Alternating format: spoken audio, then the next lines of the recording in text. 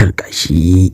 Wata sabuwa, ina 'yan kasar jamhuriyar Nijar, Mali, Burkina Faso da ma dai 'yan Najeriya masoya Baba Cani, ku gyara zama ku matso zuwa gaban wayoyinku da kuma dai batun naku na talabijin, domin tabbas ba shakka wannan wakar ta ce wadda a halin yanzu dai fasihin jarumin nan mai suna Naziru Sarkin Waka, wanda inda a Najeriya kake to tabbas ya fi ka iya wakar nan ta sarakai da ma kuma dai masu mulki.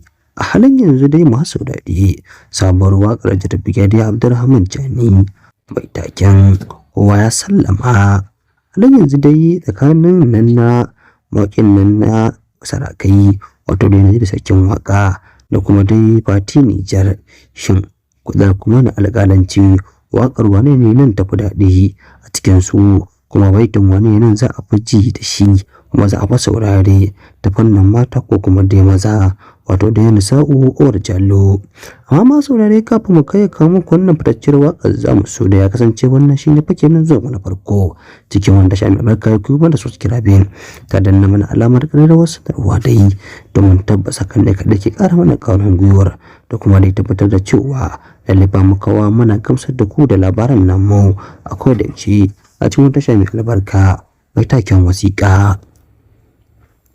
Shin da gaske ne nan baitin Naziru Sarkin Waka ko ya fi baitin Fati Nijar ko yaya dai?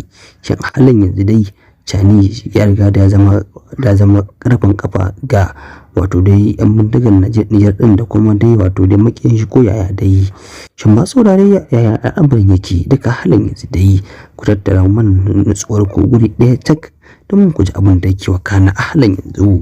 Tabbas ba makawa wakan nan da aka yi ta tsakanin Naziru Sarkin Waka da kuma dai Fati Nijar, tabbas ba makawa wato dai kowa a cikin sai kokari ta fanni daban-daban. Fati Nijar ta fice wajen yin amshi daidai ko yadda ya kamata.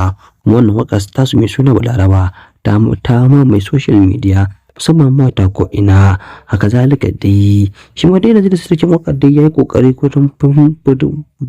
wajen fitar da baituka masu matuƙar daɗi da kuma dai wato dai natsuwa da ya ringa yi a wannan wakar. To Allah ya samu dace.